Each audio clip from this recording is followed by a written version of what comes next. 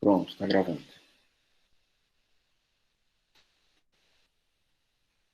Então vamos lá, pessoal. Boa noite a todos. Vamos continuar a aula. Infelizmente, na aula passada não deu para concluir o que eu tinha preparado. Isso é um dos problemas de dar essa aula remota, é não ter um controle do tempo ainda. Né? Para a gente é novo, então eu não tenho ainda esse controle do tempo de como é que a gente vai gastar o tempo na aula. Né?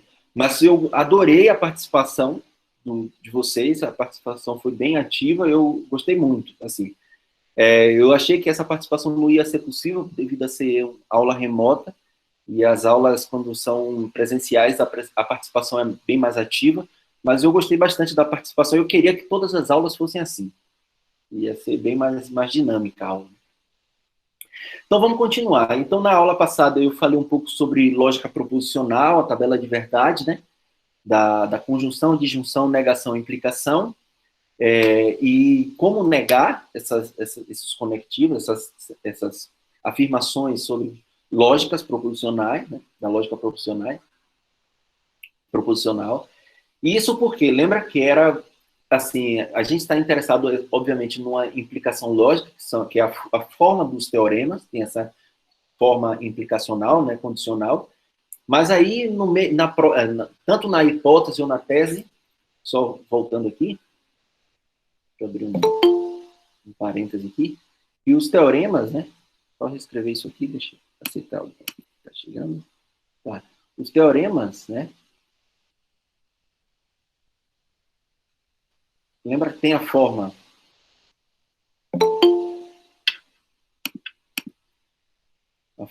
H, implicando a tese, né? Só que essa H, ela pode ter a forma P e Q, pode ser P ou Q, tá? Pode ser, ou seja, duas hipóteses para concluir uma tese. Pode ser até uma implicação, posso ter P implicando o Q, tá? E depois implicando outra T. Eu posso ter a negação de P, tá? Isso vai ficar claro no decorrer do curso, quando a gente for vendo alguns teoremas. E na tese também, eu posso ter uma hipótese, por exemplo, com tese, uma conjunção, P e Q.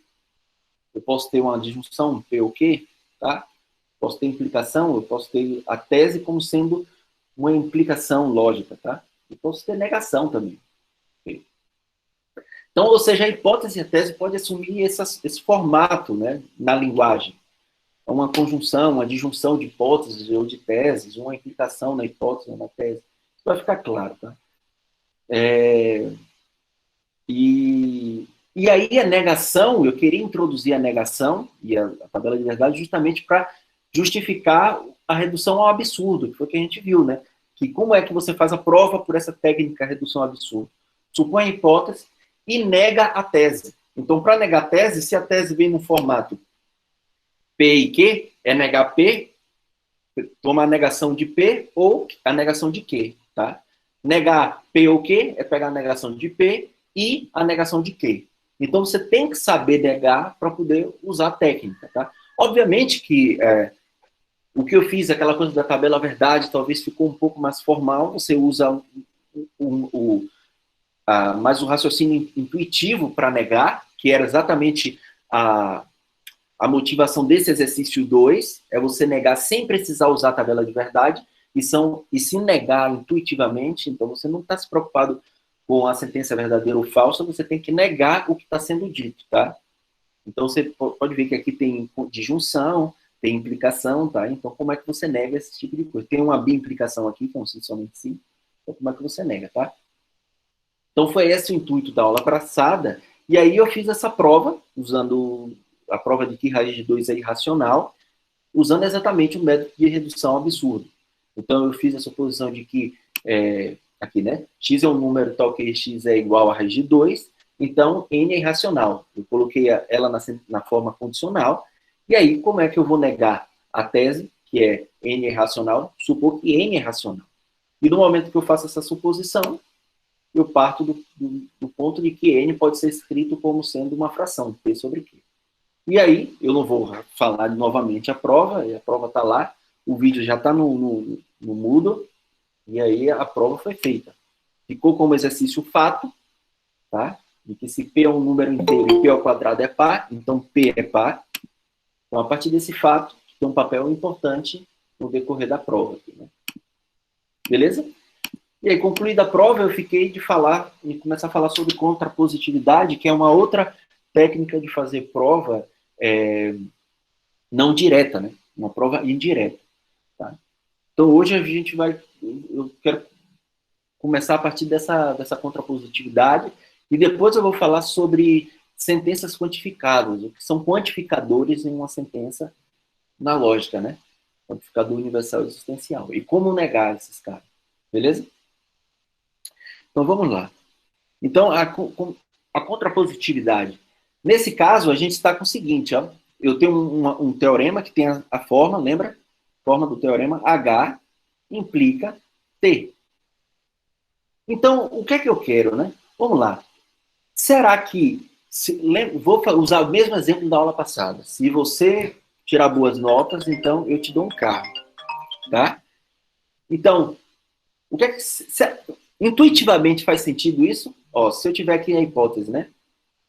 Se você tirar boas notas, e aqui a tese é: te darei um carro. Tá? Se esse aqui é um teorema, é verdadeiro, e aí eu falo assim, ó, se eu não te dei um carro, eu neguei a hipótese, o que é que você pode concluir? Quem consegue me dizer? Que a pessoa que não tirou boas notas. Exatamente. Eu não tiro, que você não tirou boas notas, ou seja, a negação de H. Tá? É isso, a contrapositiva parte desse sentido aqui. Ó. Se isso aqui é verdade, se o teorema é verdade, então é verdade que se você tirar boas notas, então te daria um carro. Aí eu vou e falo assim, se eu não te dei um carro, então você não tirou boas notas. Tá? Então, para ver isso de uma maneira mais clara, talvez, melhor fazer a tabela de verdade dessa implicação. Né? Então vamos lá. Se eu pegar aqui P, eu vou pegar Q, eu vou pegar não P, eu vou pegar não Q, e eu vou pegar não Q implica não P.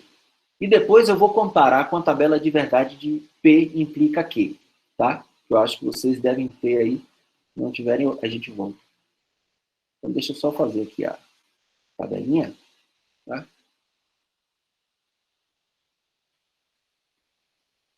Então, como são dois valores, duas variáveis, eu vou colocar os valores de verdade aqui, né? Para P, verdadeiro. Peraí. Verdadeiro, verdadeiro. Falso, falso. E vou inserir todas as possibilidades. Aqui verdadeiro, aqui falso, aqui verdadeiro, e aqui falso. Tá? Então vamos lá. Lembrando, a negação de P é o quê? Negar o que é verdadeiro vira falso, o que é falso vira verdadeiro. Então aqui fica falso, falso, verdadeiro, verdadeiro. Certo? E aqui fica falso nessa linha, falso nessa linha e verdadeiro nessas duas linhas daqui. Então, como ficaria essa implicação? Quando é que esse cara daqui é falso? Só tem uma possibilidade, lembra na implicação? Quando o Q seja falso, ou verdadeiro, perdão, e P, não P, seja verdadeiro. Isso, então essa linha daqui, né? Cadê? Esse daqui, né? Isso. Essa linha. Então essa linha aqui é a única que é falsa. Tá? O resto é verdadeiro. E agora eu vou só fazer, usando esses mesmos valores daqui, ó, a tabela desse cara daqui. Como é que fica? Quando usando esses valores, quando é que esse cara daqui é falso? Na segunda linha, quando P é verdadeiro e Q é falso. Isso. Na segunda linha também. O resto tudo é verdadeiro, né? Verdadeiro, verdadeiro, verdadeiro. Então, se você comparar a tabela de verdade desse cara e desse, É a mesma tabela de verdade. Ou seja, P implica que é equivalente, vou até denotar dessa forma, a não que implica não P. Isso aqui é uma maneira analítica de mostrar a equivalência entre fórmulas lógicas. Mas a outra maneira intuitiva foi essa explicação que eu fiz, tá? Então, a prova por contrapositiva, o que é que você vai fazer? Você vai querer provar que H implica T, você supõe a negação de T, né? E prova a negação de H. Exemplo, como eu falei agora, o fato. Vamos provar esse fato daqui. Eu vou até colocar esse fato lá. Vamos provar esse fato daqui. Ó. Vamos lá, botar para uma nova página. Tá. Colocar esse fato aqui. Vamos provar esse cara daí. Como é que eu provo? Usando agora a contrapositiva. Então, calma, tem alguma pessoa aqui falando.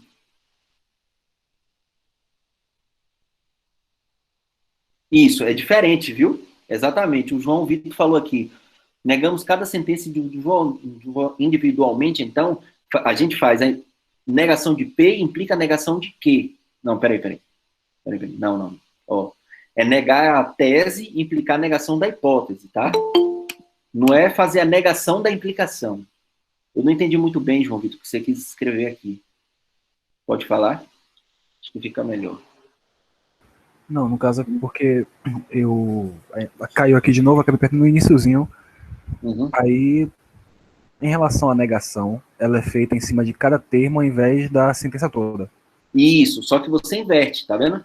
Você fez, se P implica Q, você pega a negação de Q implicando a negação de P. Eu acho que vai ficar claro aqui na prova, tá? Certo. Então, ó, qual é a hipótese? Lembra a hipótese desse fato aqui agora? A hipótese, vou botar aqui H, é que P é um número inteiro. Isso, P é um inteiro e P ao quadrado é par. Observe que nessa primeira, ó, a hipótese já é uma conjunção de duas afirmações, P inteiro e P é par. A tese é o quê? P é par. Tá? Então, pela contrapositiva, né, que vamos utilizar a técnica da contrapositiva, o que eu vou fazer? Eu parto da negação da tese. Então, suponha que P não é par. Logo, é ímpar, tá? Se P é ímpar, eu posso escrever ele como sendo, vou até usar a letra que o João usou, 2y mais 1. Tá? Então, se ele é ímpar, ele é 2y mais 1. Tá? Se ele é ímpar, ele é 2y mais 1. Tá. Vamos para a próxima aqui. Ó. Agora, tomando o quadrado, temos. Então, P ao quadrado é quem? 2y mais 1 ao quadrado. Esse cara é quem ao quadrado? 4y ao quadrado mais 4y mais 1.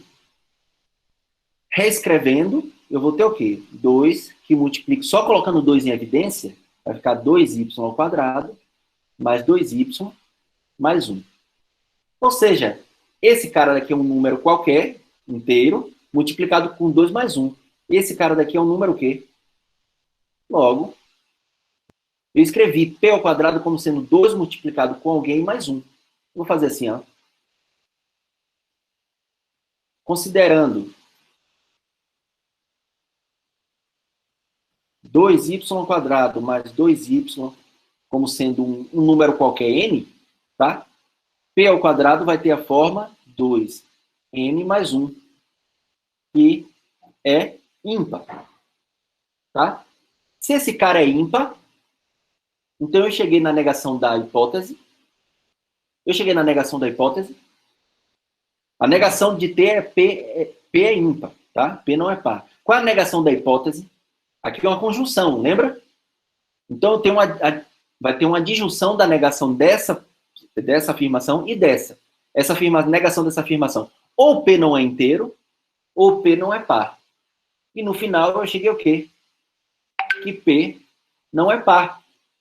Que P ao quadrado não é par. Que P ao quadrado é ímpar. Logo eu cheguei na negação dessa hipótese, né? Concordo? Aí eu concluo por contrapositividade, temos que... Não, temos o resultado. Só para não prolongar muito o texto. Temos a prova do fato. Pronto.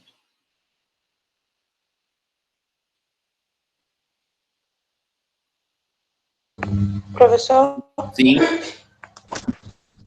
eu fiz por absurdo e foram praticamente os mesmos passos. Tá. Isso. Isso era o que eu ia falar aqui agora. Qual é a diferença da contrapositividade para a redução ao absurdo? Isso é uma confusão que muitos matemáticos cometem. Não é erro. Eu não considero isso como um erro. Isso é só uma imprecisão lógica, tá?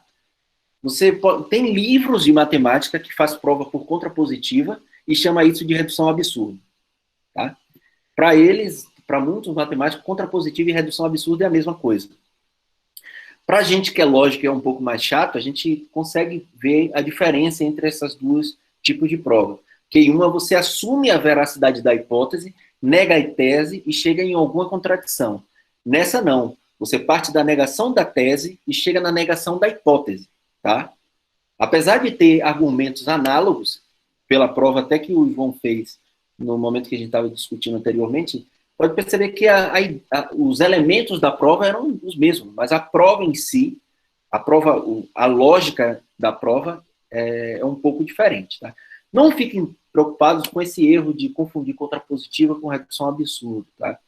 Isso no decorrer do curso vocês vão perceber, ou não. Como eu disse, tem matemáticos que acham que isso é a mesma coisa. Nós lógicos, quem é de lógica, tem mais uma preocupação maior com isso. E tem outros professores também que não é de lógica, que também sabem precisar bem essa diferença, tá? Mas, realmente, Jacqueline, se você deve ter feito a prova por redução absurda, mas os elementos da prova foram os mesmos, né? Você acabou negando a tese e assumindo isso como hipótese, tá? Agora, a diferença é que você colocou, assumiu a hipótese. Nesse caso aqui, a gente não assumiu a hipótese, a gente parte da negação da tese e chega na negação da hipótese, tá? Isso muitas vezes, professor, quando usar contrapositivo e quando usar redução absurda? Depende como você quer redigir o seu texto, tá? Como você quer redigir a sua prova e a sua prova vai ficar clara. Como eu disse, fazer matemática não é para você. Você não tem que fazer e escrever suas provas para você. Se você escreveu a prova e viu que está correto, tudo bem. Você precisa convencer o outro de que sua prova está correta. Então, o texto tem que estar bem claro para que o outro entenda a sua linha de raciocínio, tá bom? Diga aí, Jacqueline, eu acho que você ia falar. Não, eu falei ok. Ah, ok. Perfeito. Alguma dúvida sobre a diferença, sobre a prova contrapositiva e redução absurda?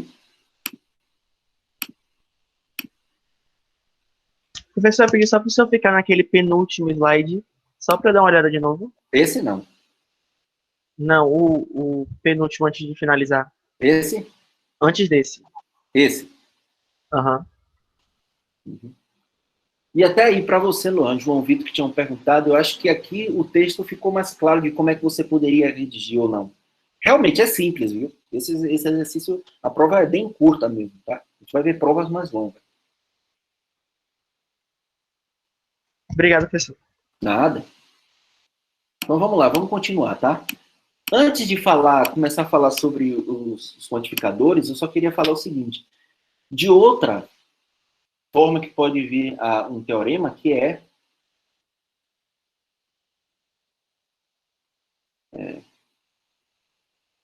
na forma bicondicional. Que é o seguinte, H se e somente se T, tá? Normalmente, teorema dessa forma, ele é chamado de, né, eu vou escrever aqui, H, se e somente se T. Teoremas dessa forma muitas vezes são chamados de equivalência. Por que equivalência? Porque você está dizendo que a hipótese é equivalente à tese. A hipótese só acontece se somente se acontecer a tese. Então, de uma certa forma, você está dizendo que essa afirmação é equivalente a dizer essa afirmação daqui. Tá? A afirmação H é equivalente a afirmar a T. Tá? Então, é uma equivalência. A condicional é H implica T. Ou também é chamado de caracterização. Ou seja, dizer que H caracteriza T e T é uma caracterização de H, tá? Tem esses nomes. Aí você pode me perguntar, professor, mas nesse caso aí o teorema é uma bicondicional, não está na forma condicional. É uma forma de escrever o teorema, mas observe que esse teorema pode ser dividido em dois. H implica T, ou seja, 1, e um teorema 2, T implica H. Tá? Então, o que é que eu quero dizer com isso? Apresentando para vocês teorema dessa forma bicondicional. No momento de realizar uma prova de um teorema nessa forma, que é um se somente se, vocês vão ter que realizar duas provas. Essa prova e essa prova. Então, nunca esqueça, tá? Na hora de provar que H é equivalente a T, que H é uma caracterização de T, que H se somente se T, você tem que fazer duas provas. Mostrar que H implica T e depois mostrar que T implica H, tá? Na próxima aula que a gente vai começar a geometria, provavelmente, eu não me lembro se tem um dos primeiros teoremas, se não é na próxima ou na outra, tem um teorema que é uma equivalência, e a gente vai provar esses dois passos, tá? O que eu estou chamando a atenção desde agora é que muita gente esquece, no momento de uma prova, no momento de uma avaliação, que no momento que você tem uma equivalência, que tem que provar as duas coisas. Tá? Provar que H implica T e que T implica H. Então, às vezes tem pessoas, estudantes que chamam que provar a ida e a volta. É mostrar essa implicação e mostrar a implicação reversa, tá? Isso mesmo, o Iago escreveu aqui. Nesse caso, temos que provar a ida e a volta, exatamente. Tem muita gente que escreve dessa forma também, tá? Então, tem que provar as duas coisas. Não esqueçam, cometer esse erro de não provar as duas é fazer metade da questão, tá? Então, por favor, não cometa esse erro. Tá, então, diante disso, acho que a gente já viu todos os tipos de estrutura de como pode vir um teorema e as técnicas, pelo menos as principais que vamos utilizar no curso. Então, vamos falar um pouco sobre quantificadores, que eu acho que é um outro ponto que os alunos cometem bastante erro. É negar sentenças quantificadas, tá? Esse erro é muito comum. E não só nesse curso, tá? Esse erro eu já vi gente cometer em cursos de grupos em anéis 1, 2, em análise, tá?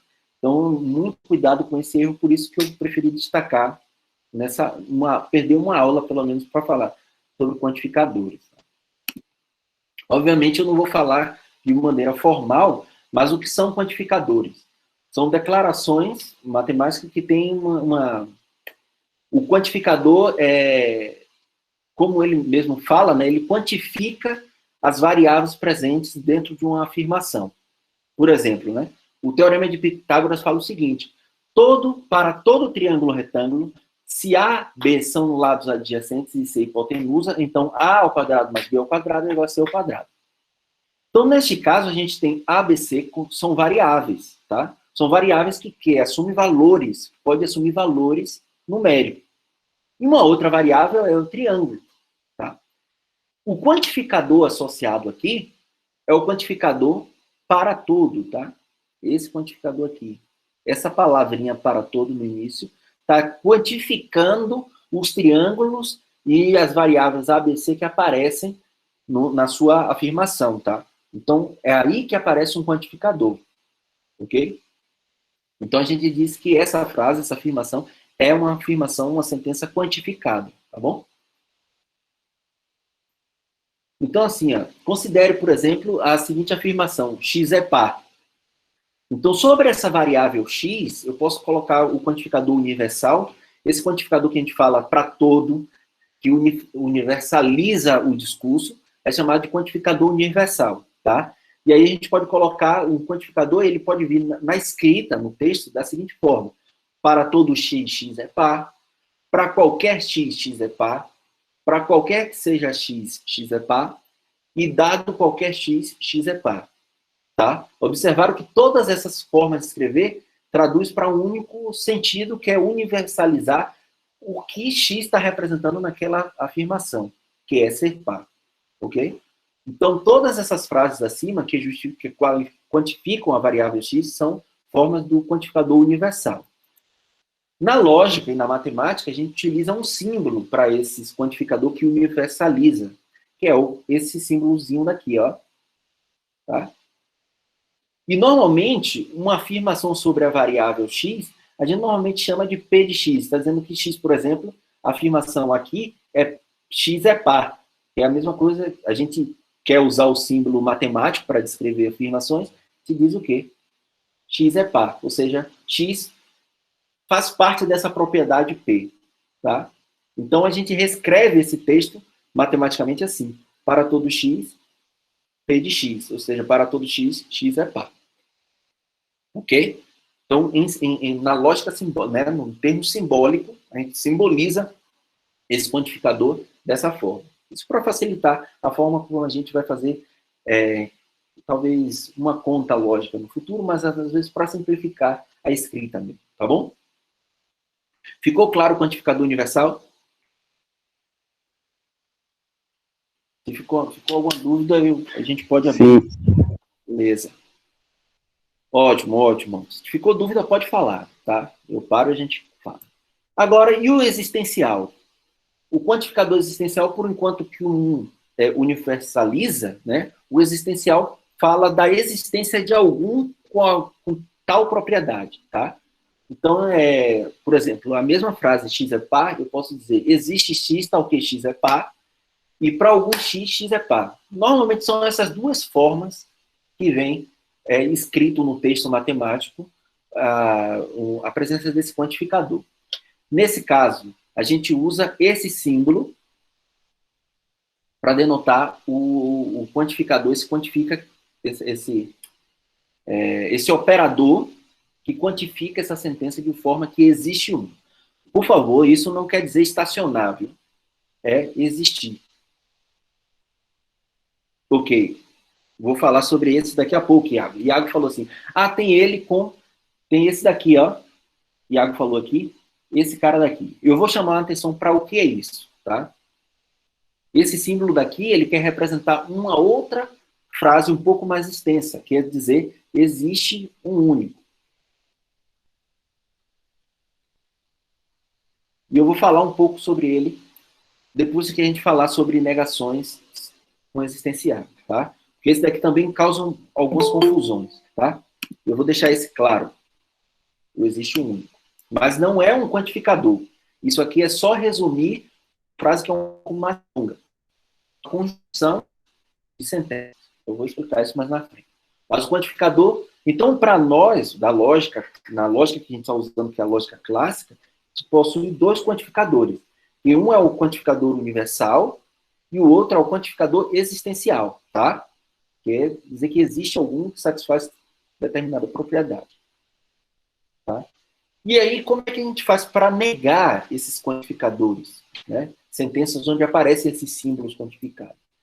Então, por exemplo, a regra da negação do quantificador universal, né? Ou seja, negar que para todo x, x satisfaz P, ler essa sentença é isso, né? Negar que para todo x, x satisfaz P. É o mesmo que dizer que existe x, tal que x não satisfaz P. Tá? É isso que quer dizer essa regra da negação aqui, tá? Em termos simbólicos. Então, por exemplo, a negação da declaração todo triângulo é isósceles é a mesma coisa de dizer que existe triângulo que não é isósceles. Né? Tá bom? Neste caso, a variável x é triângulo, enquanto que P de x representa a frase triângulo é isósceles, tá? Ou seja, x é um triângulo, e dizer que x satisfaz P é dizer que x é isósceles, tá bom? E a negação do quantificador existencial, né? De uma sentença quantificada com esse quantificador. Dizer a negação de que existe x, porque x satisfaz P, é a mesma coisa de dizer que para todo x, x não satisfaz P. Tá? Por exemplo, existe triângulo retângulo equilátero. A negação disso é o quê? Todo triângulo retângulo não é equilátero. Beleza? Então, a negação dessa afirmação é essa. Então, novamente, nesse caso, x é uma variável, a variável triângulo, está expressando a variável triângulo, quando eu escrevo dessa forma, enquanto que P de x é a propriedade de ser equilátero. Beleza? Ficou claro até aí como é que você faz a negação de uma sentença quantificada? Por favor, não cometer o erro, tá? Negar, muita atenção no momento de negar o para todo e negar o existencial. E no momento aparecem teoremas, e você, por exemplo, em algum teorema, você precisa provar que para todo elemento satisfaz isso. Você precisa negar isso para aplicar, por exemplo, redução absurda. Então, negar isso é dizer que existe algum que não satisfaz determinada propriedade. E iniciar a prova, tá? Ok? Professor, você poderia repetir só o último, que é o existencial? Qual é? No caso, negar a sentença existencial? Esse caso existencial, né?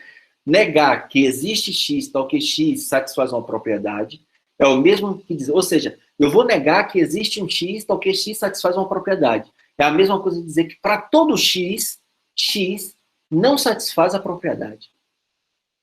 Não faz sentido intuitivo para vocês? Dizer assim, ó, eu vou negar que existe alguém que satisfaz alguma coisa. Negar essa sentença é dizer o quê? Para toda alguém, ninguém satisfaz aquela coisa. Tá? Ficou claro ou não? Acho que o exemplo fica melhor aqui. Ó. A negação... Tá, diga, pode fazer a pergunta. Eu entendi, mas esse último exemplo do senhor deu uma bugada. Mas um exemplo que tá, eu acho que deu para pegar. Eu acho que o exemplo fica mais fácil, que existe triângulo retângulo equilátero. Então, isso aqui, eu acho que quando aparece uma frase que que a gente já considera falsa, que é essa, né? Existe triângulo retângulo equilátero, você já fala, é fácil negar. Então, a negação é o quê? Todo triângulo retângulo não é equilátero. Beleza? Tá? Então, ou seja, dizer que a negação de que existe triângulo retângulo equilátero é dizer que todo triângulo não é equilátero. Ficou claro? Vai fazer um exemplo aqui, tá? Deixa eu ver se é agora. Tá, vamos fazer um exemplo aqui, ó. Suponha que uma prova de demonstração da geometria euclidiana, que é o que a gente vai ver, estamos interessados em usar a negação do primeiro postulado de Euclides, que é o primeiro axioma que a gente vai ver na próxima aula, que é o seguinte: dado quaisquer dois pontos, existe uma única reta que os contém. Ó, como eu falei antes, aqui já aparece existe uma única, tá? Vamos deixar esse única aqui, por enquanto, em stand-by, e depois eu vou falar sobre ela. Então, suponha que a frase é o seguinte: o axioma é, dado quaisquer dois pontos, existe uma única reta que os contém. Vamos tirar a única e vamos ler da seguinte forma: dados quaisquer dois pontos, existe uma reta que os contém. Tá? Então, observe aí. Neste caso aí, nós temos um quantificador universal, que está ligado a pontos, né? Dados quaisquer. Então, eu tenho um quantificador universal, dados quaisquer, então, para todo ponto, dos pontos. E eu tenho um quantificador existencial que existe uma reta, tá? Que os contém. Então, tem outro quantificador aqui existencial na história. Perceberam onde é que estão os quantificadores? Dados quaisquer e existe. Obviamente que quando você tiver com o teorema, com as coisas, você não vai fazer essa análise, identificar quantificador, separar. Não, eu só estou fazendo uma vez para que vocês vejam, porque isso pode auxiliar vocês no momento de ficar claro o texto que está escrito. Porque muitas vezes eu sinto dificuldade que as pessoas têm em entender o que o teorema quer dizer, em identificar o que você precisa negar para realizar a prova, por redução absurda, enfim, tá? Então, o que é que isso quer dizer? Essa existência desse quantificador. Então, vamos traduzir essa frase aqui em símbolos, tá? Vamos lá. Usando uma notação lógica, considere P e Q variáveis que representam pontos no plano. E Rzinho, variável que representa a reta. Assim, reescrevemos o primeiro postulado da seguinte forma. Observe, ó, para todo P, ou seja, P está representando ponto. Para todo P, para todo Q, ou seja, eu estou dizendo que para todo ponto P e para todo ponto Q, existe Rzinho, tal que P pertence a R, ou seja, P pertence a essa reta, e Q pertence a R, Q pertence a essa reta. Ficou claro que eu reescrevi essa frase, obviamente, sem o única, tá? Deixa eu tirar aqui o única de novo. Eu não estou considerando única na história, tá? Ou seja, dados qualquer dos pontos, então, para todo P e para todo Q, existe um Rzinho, que é uma reta, que representa, essa variável Rzinho está representando essa reta que existe, tal que P pertence a essa reta e Q pertence a essa reta. Ok? Ficou claro que eu estou traduzindo essa frase em termos de símbolos para isso aqui? Alguém não consegue ler esse símbolo, esse novo idioma aqui? Acho que sim, né? Todo mundo está conseguindo entender. Que não Você poderia ler de novo, professor? Como? Você poderia ler de novo, só para ver se eu...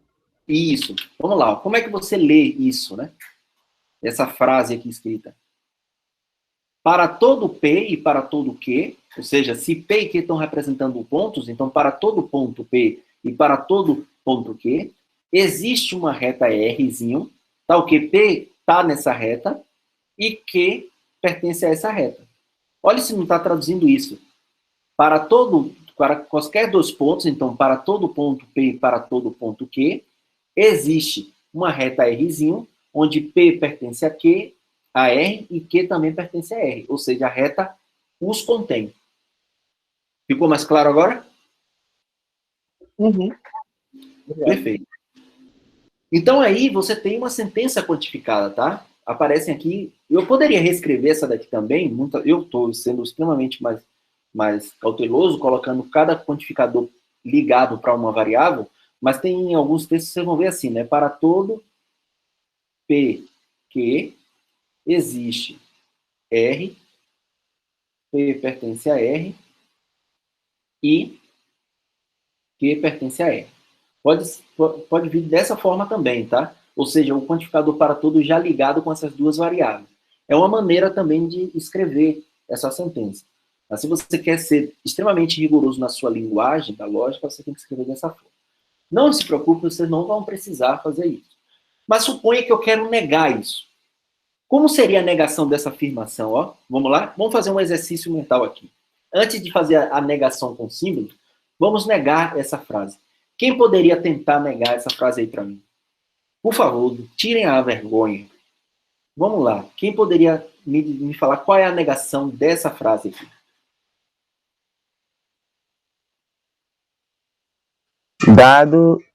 Boa noite. Dado quaisquer dois pontos, não existe uma reta que os contém. Exatamente, mas a negação de não existe uma reta que os contém, como é que eu nego? Existe, né? Não, a negação de não existe uma reta que os contém.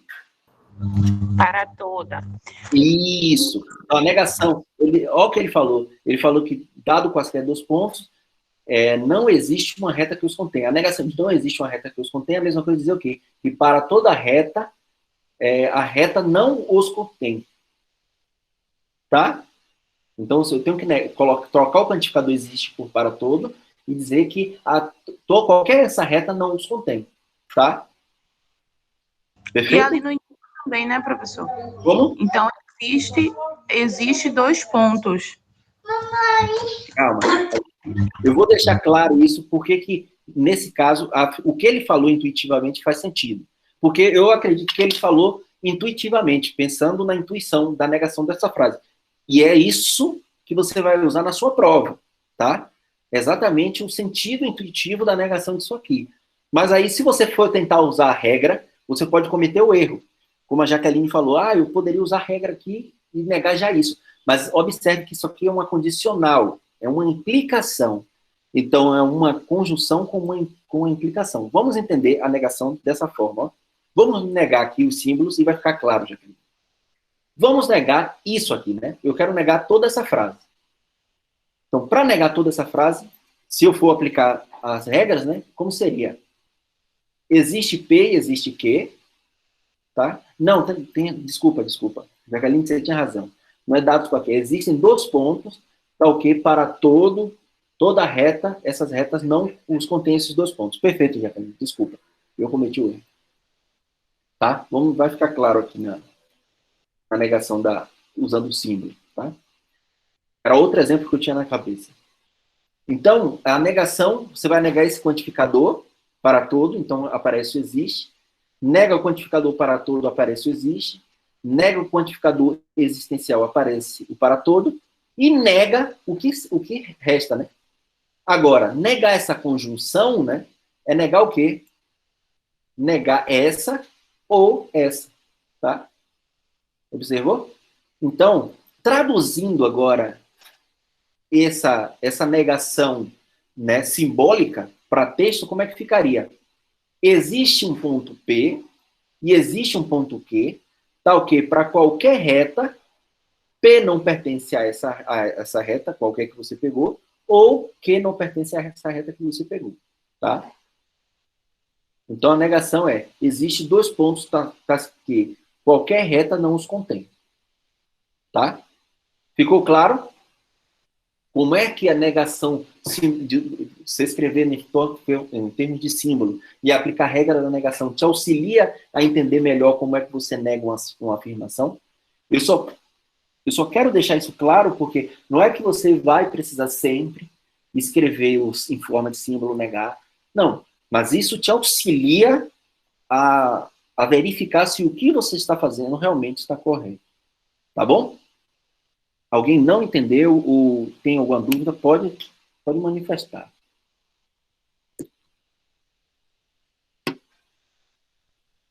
Por favor, tudo certo. Ficou claro? Obrigado, Jacqueline. Eu tinha um outro exemplo. Aqui, era esse exemplo que eu queria explicar para vocês. Vamos pegar um outro exemplo aqui, de um exemplo mais dentro da teoria de, sei lá, teoria geometria analítica, por exemplo. Uma sentença que aparece em geometria analítica, por exemplo. Ó. Às vezes você está com essa afirmação lá na geometria analítica, que a gente vai ler da seguinte forma. Para todo número inteiro, para todo x inteiro, existe um y inteiro, tal que x é igual a 3y mais 1. Se x é igual a 3y mais 1, não, desculpa, vamos ler de novo, porque o parêntese aqui está dentro da primeira parte da implicação. Para todo x pertencente a z, observe que o parêntese aqui está antes da implicação, então vou ler da seguinte forma. Para todo x pertencente a números inteiros, se existe um y pertencente a z, tal que x é igual a 3y mais 1, então existe y pertencente a z, tal que x ao quadrado é igual a 3y mais 1. Tá? Não estou dizendo que essa afirmação é verdadeira ou falsa, estou querendo pensar nada sobre isso no momento. Eu só estou pensando no sentido lógico, tá? Ou seja, essa frase, e eu vou tentar negar essa frase escrita de forma simbólica. Então, como é que a gente nega essa frase? Vamos lá? Vamos negar? Então, vamos lá. Eu quero negar toda essa frase. Vamos à regra. Então, primeiro aparece o quantificador para todo. Então, primeiro eu tenho que negar esse quantificador. Então, existe x pertencente a z, tá? Tá o quê? Eu nego toda essa implicação. Agora eu tenho que negar toda a implicação, porque o parêntese está aqui, né? Então, para negar essa implicação, como é que eu nego a implicação? Vocês lembram? Ficaria, por exemplo, para qualquer y pertencente a z, x seria diferente de 3y mais 1? Não. Aqui é que está a pegadinha, ó. Como é que eu nego uma implicação lógica? Lembra? Qual é a negação de P implica que? P e não Q. Isso. P não que. Então, o P nosso, que é toda essa afirmação, fica inalterada. Tá?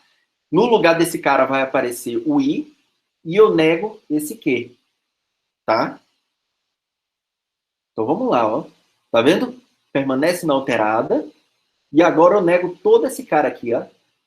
A negação de que existe y, tá o quê? X ao quadrado é igual a 3y mais 1.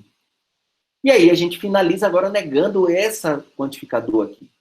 Então, a frase no final fica, no lugar de existir o y, fica para todo y, e aqui diferente. Então, no final fica o quê? Negar. Negar a seguinte frase. Para todo x, se y pertence a z, e x, tal que x é igual a 3y mais 1, então, existe y, pertence a z, tal que x ao quadrado é igual a 3y mais 1, fica dessa forma, ó. Existe x pertencente a z, tal que, se existe y pertencente a z, onde x é, tal que x é igual a 3y mais 1, e, para todo y, x ao quadrado é diferente de 3y mais 1. Eu coloquei um si antes, né? Entenderam como é que faz? Ou seja, a utilidade de você usar a lógica simbólica, muitas vezes aparecem sentenças que não têm um sentido intuitivo tão claro como algo desse tipo, tá? Dentro de uma teoria. Então, usar o símbolo lógico e negar te auxilia nesse momento. Esse caso, esse exemplo não vai aparecer no nosso curso, tá?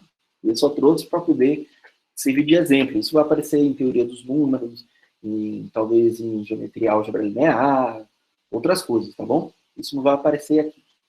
Mas eu só queria trazer um exemplo em que justificasse a negação da implicação, tá bom? E não cometer esse erro e ficar bem atento na hora de negar a implicação. Tudo bem? Dúvida? Se ficou dúvida aí, a gente volta e fala.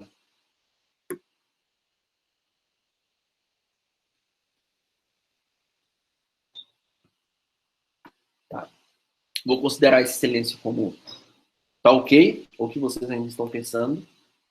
Mas qualquer coisa, se não ficou claro, volta, faz esse exemplo, volta para ver o vídeo, mas como eu falei, não é que isso vai ser essencial para que você faça um bom curso, não. Isso te auxilia bastante, ter uma visão dessa forma. Por que que adicionou o... Não adicionou. Tudo bem, não tem problema. Eu entendi. Que existe x pertencente a z, né? Por que isso aqui não foi adicionado? Isso já estava, né? Ó, é a negação desse cara. Observe, ó. Que eu queria, talvez... Observe que eu vou colocar esse parêntese aqui, ó. Fecha aqui, tá? E você tem essa condicional aqui. Então, você tem um para todo sobre uma implicação, tá bom? É um para todo sobre uma implicação. Então, no momento de negar isso, essa frase, a negação do para todo é existir. E aí você existe x e nega todo esse resto que estava aqui falando, tá? E aí você nega toda essa implicação. Ah, perfeito. E aí quando você nega essa implicação, negar a implicação é pegar o primeiro, sem alterar, e negar o segundo. Perfeito? Tá? Vamos lá. A hipótese.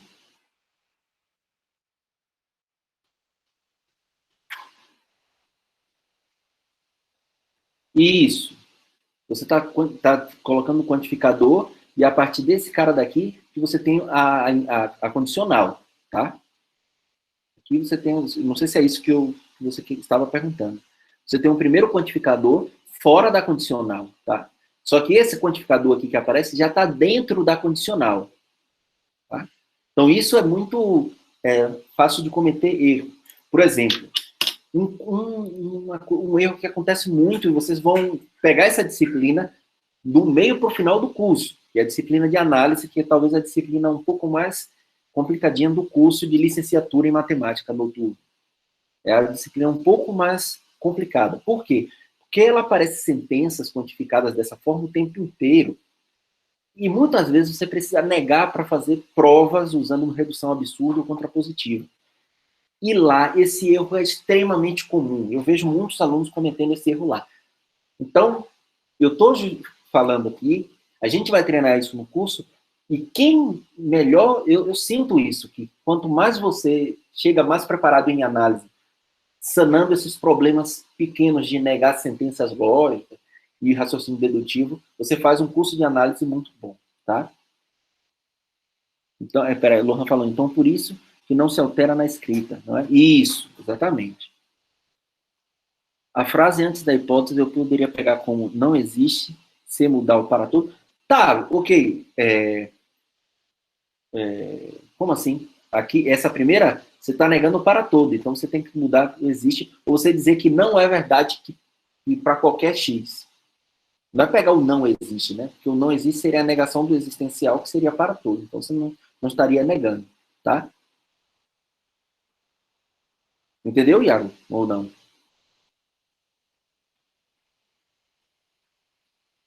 Aí é o problema, né? Você tem que saber escrever. O Maurício falou assim, professor, se tivesse tudo sem parênteses, a gente poderia negar tudo. Exatamente. Você precisaria ver, se tivesse sem parêntese, esse quantificador, você não saberia julgar se esse quantificador aqui aparecia dentro da condicional ou fora da condicional.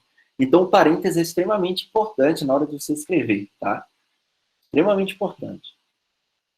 Por exemplo, tem umas brincadeiras que acontecem no Facebook, não sei o que, sempre as pessoas vêm perguntando assim, quem sabe fazer essa conta? Sei lá, não, por 5 não, né? Vou escrever uma coisa melhor. 25 multiplicado por 2. Quem consegue, qual é o resultado disso?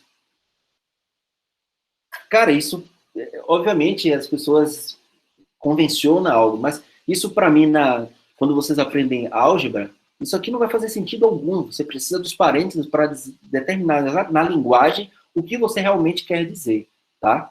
Porque isso aqui, o truque, a brincadeira é exatamente onde é que está o parênteses. O parênteses está aqui? O parênteses está aqui. Tá? Então, a brincadeira é jogar com parênteses. Então, a falta de parênteses te dá... faz confusão na leitura do seu texto, tá? Então, muito cuidado com isso também. Então, é melhor pecar pelo excesso de parênteses do que por falta. A falta pode trazer duplo sentido no seu texto.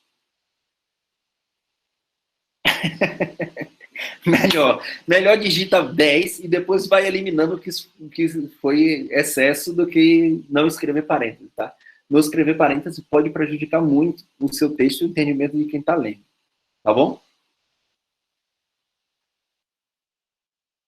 Ok? Ficou claro aí o exemplo? Espero que sim. Ok. Então, essa último slide que eu queria apresentar aqui é o seguinte, é um resumo que eu acho que vocês podem ter essas tabelinhas com vocês, eu vou mandar a nota de aula para vocês podem ter essa tabelinha na mão, que pode auxiliar vocês no momento de aplicar na prova de algum teorema, caso vocês tenham dúvida, tá? Eu vou mais uma vez aqui falar. Primeiro, joga com a sua intuição. Leia o teorema, leia o exercício e tenta intuitivamente entender o que aquilo quer dizer e como a sua intuição vai te guiar, a sua dedução lógica. Caso ainda fique dúvida nisso, vem aqui na tabelinha, dá uma olhada de como é que você poderia proceder. Então, por exemplo, eu quero provar uma afirmação P qualquer. Por exemplo, raiz de 2 é racional. Lembra? Um teorema que tem Lembra que sempre é possível escrever na forma condicional, mas ela pode ser uma única frase. Uma afirmação. Raiz de 2 é irracional. Como eu provar que essa afirmação P? Ou pelo método direto, prova que P é verdadeiro, ou a gente assume que P é falso e deriva uma contradição. E foi exatamente isso que a gente fez lá na prova de que raiz de 2 é racional. A gente fez uma suposição de que raiz de 2 era racional e encontrou uma contradição. Tá? Então, a maneira de provar, se o método direto, você vai diretamente provar que ele é verdadeiro. Tá? E aí, como é que você usa? O que é que eu quero dizer quando eu falo aqui forma de usar? Tá? No decorrer da nossa teoria, a gente pode... vocês vão ver como é que a gente vai começar a usar teoremas. Tá? Então, como é que você forma de usar? Usa que P é verdadeiro, nada mais. Raiz de 2 eu sei que é irracional. Então, agora eu sei que o quê? Que um triângulo retângulo de lados medindo 1, a hipotenusa é de fato irracional. Por quê? Porque a raiz de 2 é irracional. Forma de usar. E se P é falso, você não tem você tem uma contradição. Ou seja, se você está fazendo uma teoria, né, agora, provando outro teorema, e agora você já provou que raiz de 2 é irracional, e no meio da sua prova, você chega lá no final que raiz de 2 é racional, você tem uma contradição, porque você já provou anteriormente que raiz de 2 é irracional. Então, são as duas maneiras de você usar esse teorema, que é uma afirmação, na sua teoria. E como negar? É negar P. Beleza, isso aí é simples, essa negação. Vamos lá, suponha que agora você tem um teorema que é uma conjunção de duas afirmações. Como é que você vai realizar a prova? Você quer provar P e Q. Você prova P e depois você prova Q. Ou seja, você tem que fazer duas provas. Forma de usar. P, já uma coisa que você tem que P e Q é verdadeiro, você pode usar a veracidade de P para provar algo, ou a veracidade de Q para provar algo. Você não precisa ter os dois ao mesmo tempo. Uma vez que você já provou que os dois são verdade, no meio de uma prova você pode utilizar, tá? E como negar a conjunção, a gente já viu, né? Aí agora, se eu tenho lá um teorema onde a tese é P ou Q, como é que eu provo?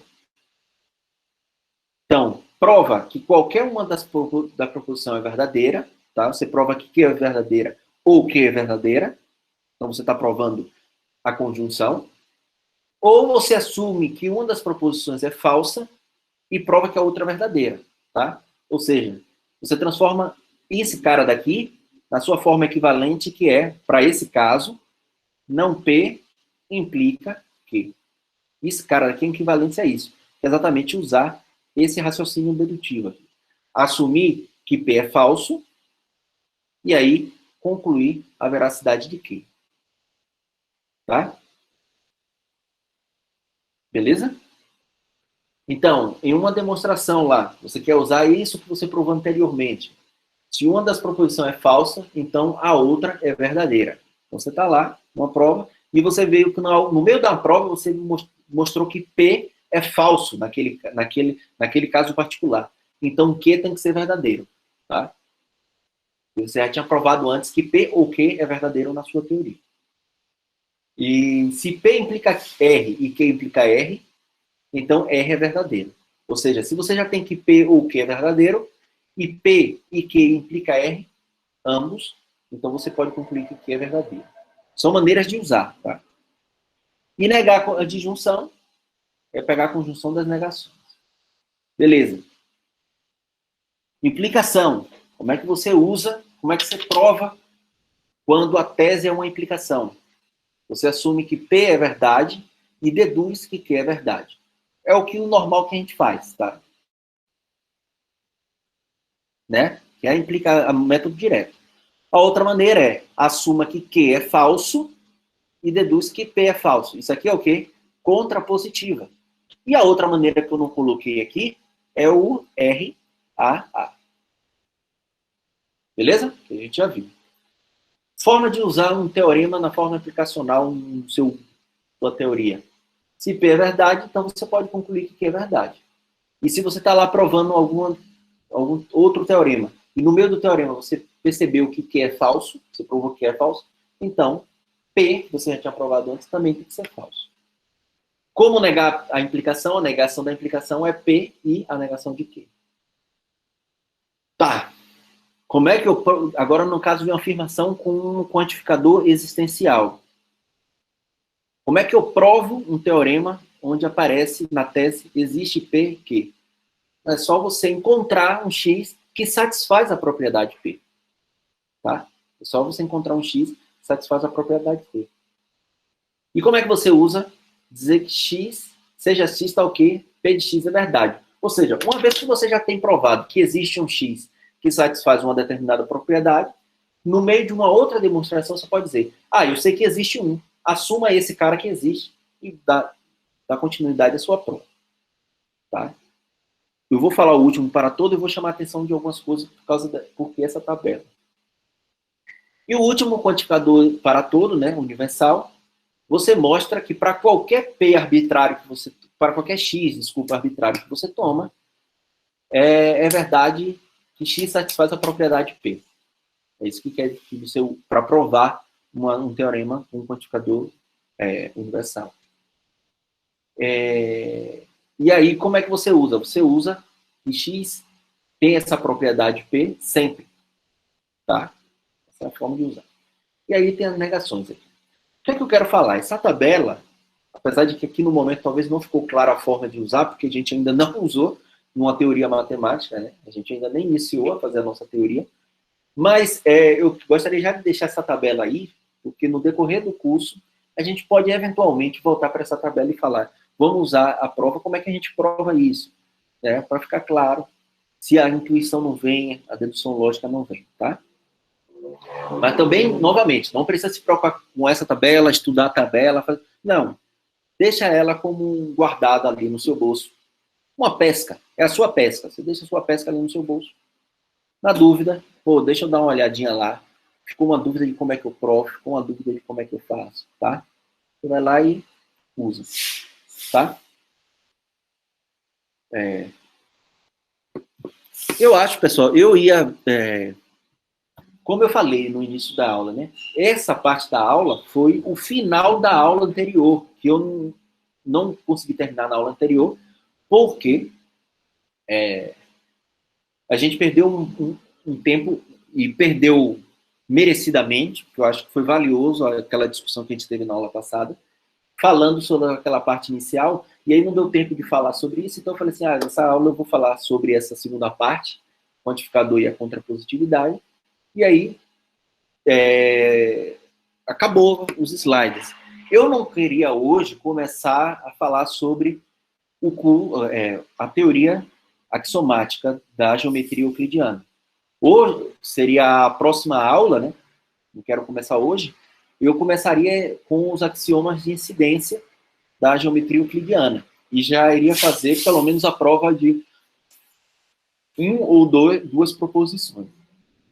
Tá? Então, para não ficar algo meio quebrado, eu vou preferir iniciar na próxima aula e encerrar a aula por aqui. Ou a gente fica aqui para tirar dúvidas, caso tenha alguma dúvida de alguma questão que a gente discutiu na aula. Seria boa essa aula dia de sexta, né? Que todo mundo ficaria a sexta livre. Mas se ninguém está saindo de casa, está todo mundo proibido, então sexta-feira é uma segunda-feira, não faz diferença. Alguém quer fazer algum comentário, alguma pergunta, alguma sugestão? Com isso que a gente fez aqui, já dá para fazer todas as questões de 1 a 5, tá? Obviamente, dessas questões aqui, a que eu acho mais valiosa, não todas são, né? Mas a 4 e a 5, que a 5 é provar e a 4 é verificar se essa demonstração aqui está correta. O que eu quero nesse exercício 4... ok, a lista de presença. Deixa eu colocar aqui. Tá, mandei aí. Esse exercício 4 é que vocês tenham o senso crítico, né, de criticar uma prova. Até a sua mesma prova, tá? Então, eu quero que vocês olhem uma prova, a minha prova que eu estou fazendo no curso. Se a minha prova, vocês concordam com a minha prova, se vê, está vendo alguma coisa que não ficou claro, professor, não gostei disso, não, para mim não está bem justificado. Eu quero que vocês sejam críticos, tá? O trabalho do matemático é ser crítico. Na verdade, o trabalho de qualquer cientista é ser crítico dos seus próprios trabalhos e dos trabalhos dos outros, tá? Então, o trabalho do matemático é muito essencial, ser bastante crítico com as demonstrações. Tá? É assim que a gente desenvolve matemática séria, faz a matemática ser sólida, tá? A maneira de usar o quantificador para tudo, esse daqui, né? Como é que você usa? Vamos lá. Suponha que você, por exemplo, você tem um teorema que usa o quantificador para tudo, que é, por exemplo, o teorema de Pitágoras. Vamos voltar lá para o teorema de Pitágoras. Eu volto aqui para ele. O teorema de Pitágoras. Olha o que é que fala o teorema de Pitágoras. Para todo triângulo retângulo, se A, B são lados adjacentes e C é hipotenusa, então A ao quadrado mais B ao quadrado é igual a C ao quadrado. Como é que eu uso esse teorema em outras demonstrações? Se eu estou no meio de uma demonstração, de uma prova, e lá, no meio da minha prova, eu consigo mostrar que um triângulo é retângulo. O triângulo que eu estou lá, tomei inicialmente, é retângulo. Ora, se eu conseguir mostrar que um determinado triângulo é retângulo, eu posso usar o teorema de Pitágoras, porque o teorema fala que para todo triângulo retângulo isso é verdade. Então é dessa forma que eu uso um teorema sobre que afirma algo com quantificador para todo. Ou seja, x, ou seja, o teorema, o triângulo satisfaz aquela propriedade de que a quadrado da hipotenusa é a soma dos quadrados do cateto. Tá? Então, isso sempre é verdade. Ou seja, que a quadrado da hipotenusa é a soma dos quadrados do cateto, para qualquer triângulo retângulo. Então, lá no meio da minha prova, apareceu um triângulo retângulo, eu já sei que aqui, essa afirmação sobre o triângulo retângulo. Ficou claro? Quem perguntou foi? Clara. Tá? Assim, obviamente, aqui a gente está fazendo é muito complicado, talvez, para vocês entenderem todas essas aplicações, sem ao menos ter vivido isso, né? É mais fácil para mim, porque eu já vivi isso muito, eu vivo isso o tempo inteiro, então é mais fácil para mim fazer essa análise analítica desses temas de prova, tá?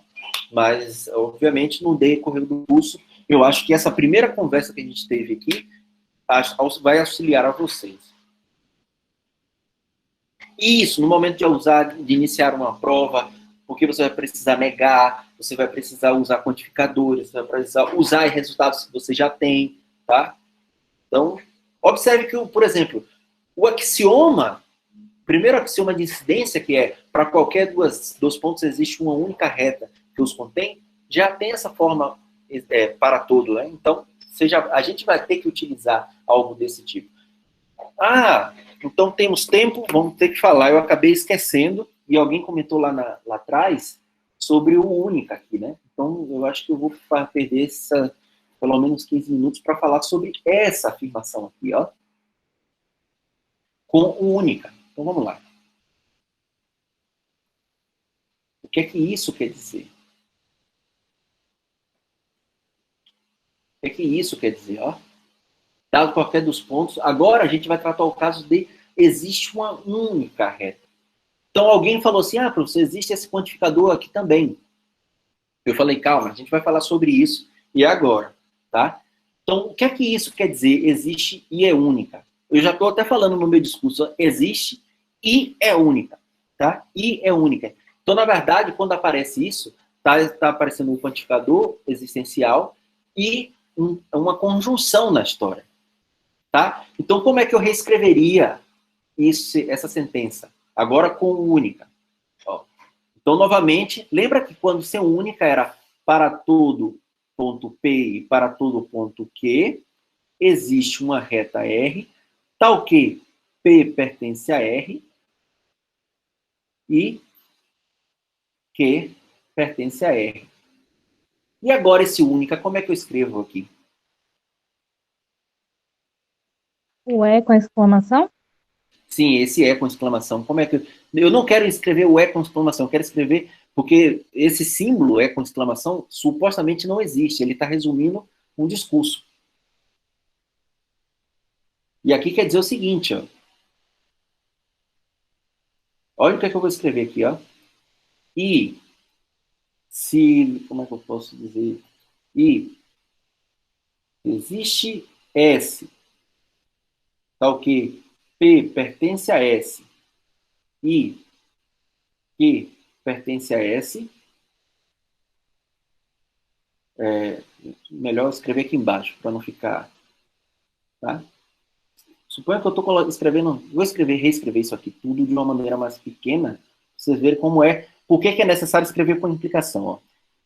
Vou escrever para todo P, para todo Q, existe... Vou escrever assim, ó, existe R, porque P pertence a R e Q pertence a R, tá?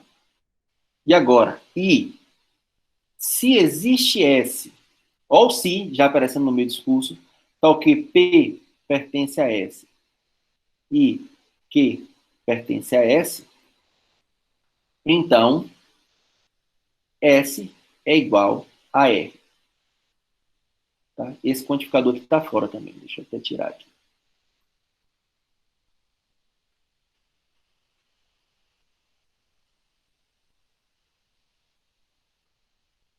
Beleza? Entenderam aqui? Olha o que eu escrevi aqui. Para todo P e para todo Q, existe R, tá o quê? P pertence a R, Q pertence a R, que era o que a gente falou ser o único. Agora, olha o único que aparece. E se existe S, tal que P pertence a S e Q pertence a S, ou seja, se existe uma outra reta em que P pertence a S e Q pertence a R, então essa outra reta obrigatoriamente tem que ser a R. Então, por isso está dizendo a palavra única aqui. Tá? Então, para reduzir essa expressão grande aqui, que aparece na lógica quando eu quero falar sobre unicidade, eu reescrevo tudo isso aqui da seguinte forma: para todo P, para todo Q, existe uma única R, tal que P pertence a R, né? E Q pertence a R. Beleza? Então, esse único, esse exclamação, está reduzindo todo isso aqui, seu discurso. Então, negar coisa desse tipo aqui, muitas vezes você pode falar, como é que eu aplico a regra da negação desse caso da implicação? Você tem que negar isso aqui, tá? É negar isso tudo. E negar isso tudo é negar o quê? Aparece uma conjunção, tá? Então, muito cuidado no momento de negar uma afirmação contendo unicidade. Na prova, ainda bem que existe essa exclamação para reduzir a sua escrita, mas cuidado na hora de negar, porque isso aqui é uma pegadinha, viu? Você pode escrever com a exclamação para reduzir o texto e ficar, pô, beleza, ficar bem mais claro para entender, mas na hora de negar pode dar problema, tá? Então, por exemplo, como é que eu negaria com única aqui? Dado quaisquer dois pontos, existe uma única reta que eu contenho. Existe dois pontos, tas que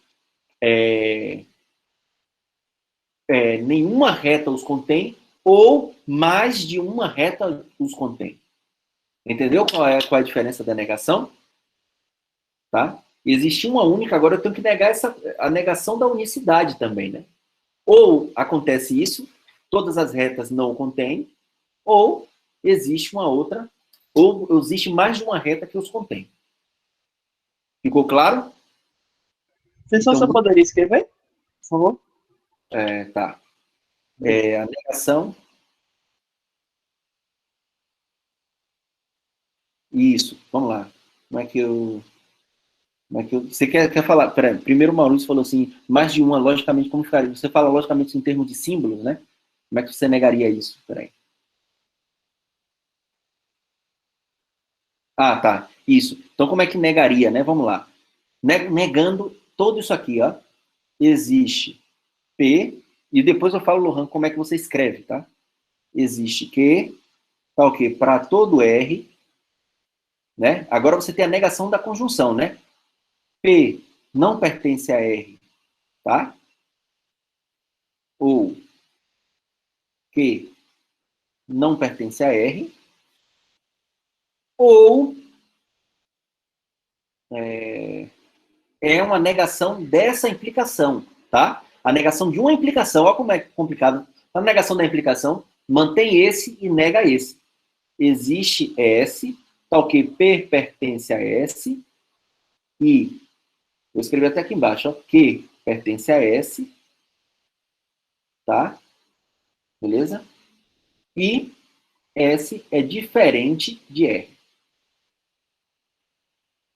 Olha como seria a negação de tudo isso, né?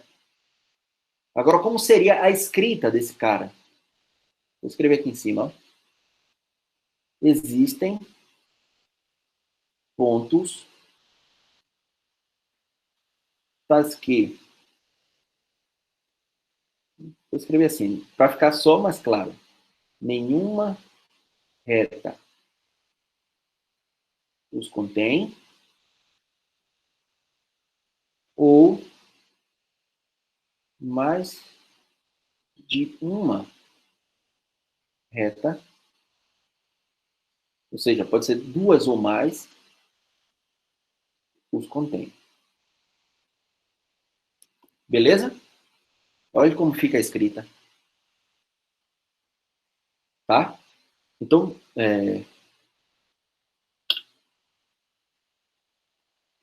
ok. Tudo bem, Lohan. Era nessa forma aqui de baixo, mas então, pronto, ficou registrado aqui, pelo menos a escrita. Né? Então, olha como é que ficaria a negação, né? Então, muito cuidado no momento de negar o existencial único, tá? E no nosso curso, a gente vai provar, por exemplo, por uma reta e um ponto fora dela, passa uma única perpendicular. Isso é um teorema dentro da nossa teoria e vamos provar. Então, vamos provar que passa uma única, tá? E aí a gente vai precisar negar essa coisa, porque é uma prova, se eu não me engano, que usa redução absurda. Suponha que não passa nenhuma, ou passa ao menos duas retas. Então, negar é negar com a disjunção, tá? Usando disjunção. Ok? Isso vai ficar mais claro no momento que a gente for fazendo as demonstrações do curso. Beleza? Agora sim, eu acho que pelo menos ficou claro. Eu queria falar sobre essa unicidade. Existe uma única que é muito fácil escrever com um símbolo de exclamação para reduzir toda essa escrita, tá? Mas cuidado no momento de negar sentenças dessa forma, ok? Muito cuidado. Isso é uma pegadinha bem traiçoeira, tá? Então é isso, pessoal. Eu acho que se ficar alguma dúvida, podem perguntar. Eu vou deixar essas notas de aula lá no Moodle, agora, daqui a pouco eu já deixo lá. E o vídeo eu devo estar postando hoje à noite ainda ou amanhã pela manhã, tá? Tem uma dúvida, Melissa, tá?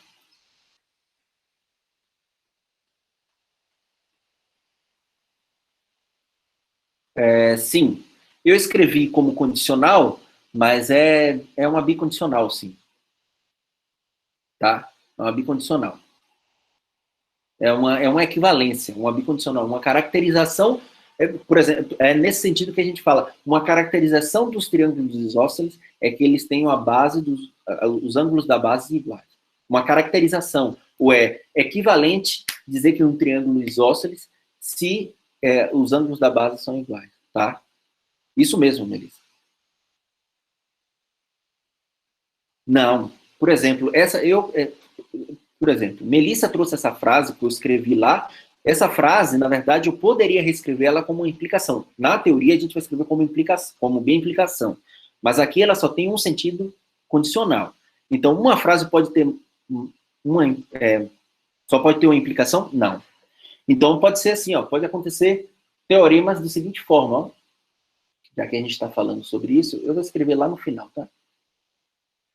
Aqui apareceu essa dúvida. Pode aparecer um teorema da seguinte forma. Eu tenho uma hipótese, e a hipótese implica que P implica Q, por exemplo. Eu posso ter algo desse tipo, tá? Ou eu posso ter até assim, ó, a hipótese P implicando Q, que implica R implicando S. Eu posso ter algo desse tipo, tá? Então, posso ter hipótese contendo implicação e tese contendo implicação.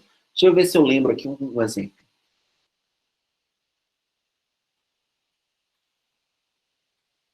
Não é muito comum aparecer a hipótese com implicação. Mas sim tem. Eu não estou conseguindo lembrar aqui agora uma. Mas na tese, sim. Porque você sempre também pode reescrever essa implicação como sendo P implicando passando esse cara para cá. Eu não quero entrar nesse caso aqui. Tá? Deixa eu ver aqui. Eu não estou conseguindo lembrar um exemplo em que envolve isso. Tá? Por exemplo, tem um dentro da lógica, que aí não é muito legal, né? Tem um na lógica que é o que a gente chama de modus ponens. E eu tenho que dá para provar dentro da teoria da lógica, se P e P implica Q, então a gente usa esse símbolo aqui. Então, a implicação aparece aqui, tá? Na história. Mas tem na tese também. Então, implicação pode acontecer implicação com conjunção, então pode aparecer coisas assim, isso implicando esse ou esse, sei lá, N. Então pode aparecer coisas desse tipo, tá? E tem que ficar claro é o sentido que o teorema vai dar no momento que a gente está desenvolvendo a nossa teoria. Então, isso é, pessoal, o que eu quero, mais uma vez, eu vou frisar aqui. Tudo isso que a gente está falando é uma parte introdutória para o que a gente vai desenvolver na teoria, mas isso facilita muito no momento de ler, fazer leitura de matemática. Muita gente tem dificuldade, acha que matemática é difícil, porque não sabe ler, interpretar o texto. E entender a lógica é fundamental para entender textos matemáticos. Tá? Entender uma prova matemática, entender uma dedução de um teorema, tá? Uma demonstração de um teorema, uma maneira de deduzir coisas. Isso não acontece só dentro da matemática. Isso acontece em qualquer área da ciência. Tá? Na engenharia, eu vejo quando dou aula para engenharia, dou aula de cálculo, muitos cometem erros de não conseguir achar que implicação é equivalência. E cometem erros lá. E é erro de lógica, não é erro de que sabe fazer conta. No meio de uma conta, comete erro de lógica. Tá? Erro simples. Não sabe negar uma sentença. Então, é um erro, assim, tudo bem, lógica não precisa você saber lógica formal para fazer matemática, obviamente não. Mas você precisa saber, pelo menos, o básico de um raciocínio dedutivo para não cometer certos erros. Tá? E, como eu falei, na matemática, na computação, isso é imprescindível. E na computação, eu acho que eles exploram ainda mais. Em linguagem de programação, por exemplo, a lógica está muito mais presente, porque muitas vezes você está programando coisas que não fazem nem sentido na vida real. Tá? Então, é bem mais complicado. Bem mais fácil de utilizar a lógica lá. Tá? Mas eles utilizam bastante. Beleza, pessoal? Tomara que tenha ficado claro, pelo menos essas 4 aulas que a gente deu de lógica. Eu não quero... obviamente, erros vão ocorrer, mas eu vou me... No momento que vocês cometerem esse erro, eu vou chamar a atenção. Lembra daquelas primeiras aulas lá. Lembra daquelas primeiras aulas. Eu acho que essas aulas iniciais vão ajudar para a gente iniciar um curso de uma forma mais sólida, tá? Mais clara. Eu acho que isso vai ficar mais claro. Beleza? Alguma dúvida, questionamento? Se não, não vou dizer vamos embora para casa. Vou dizer fiquem em casa. Professor, Sim. a aula que vem o senhor vai abrir no horário normal ou vai abrir... Não, eu posso estar chegando um pouco antes. 8h05 até 8h10, para poder quem tiver dúvida, a gente pode tirar uma dúvida no início, tá? Eu vou senhor, tentar. se tiver qualquer dúvida sobre o exercício também, pode guardar aqui. Isso, pode botar no fórum também, certo? Isso, tá. Pode fazer o que vocês quiserem. Eu vou dedicar esse início da aula para tirar dúvidas, e no momento que eu perceber que muita gente está com muita dúvida, a gente marca um horário extra. E só para resolver exercícios, tá? Pronto, fechou. Valeu, professor. Beleza. Quando eu perceber que a coisa está começando a pegar para vocês, a gente vai e faz um horário extra. Valeu, professor. Obrigado. Boa aula, viu? Boa noite para todo mundo. Obrigado. Boa noite a todos, viu? E até quarta-feira. Quarta-feira a gente começa sério a geometria euclidiana. Boa noite.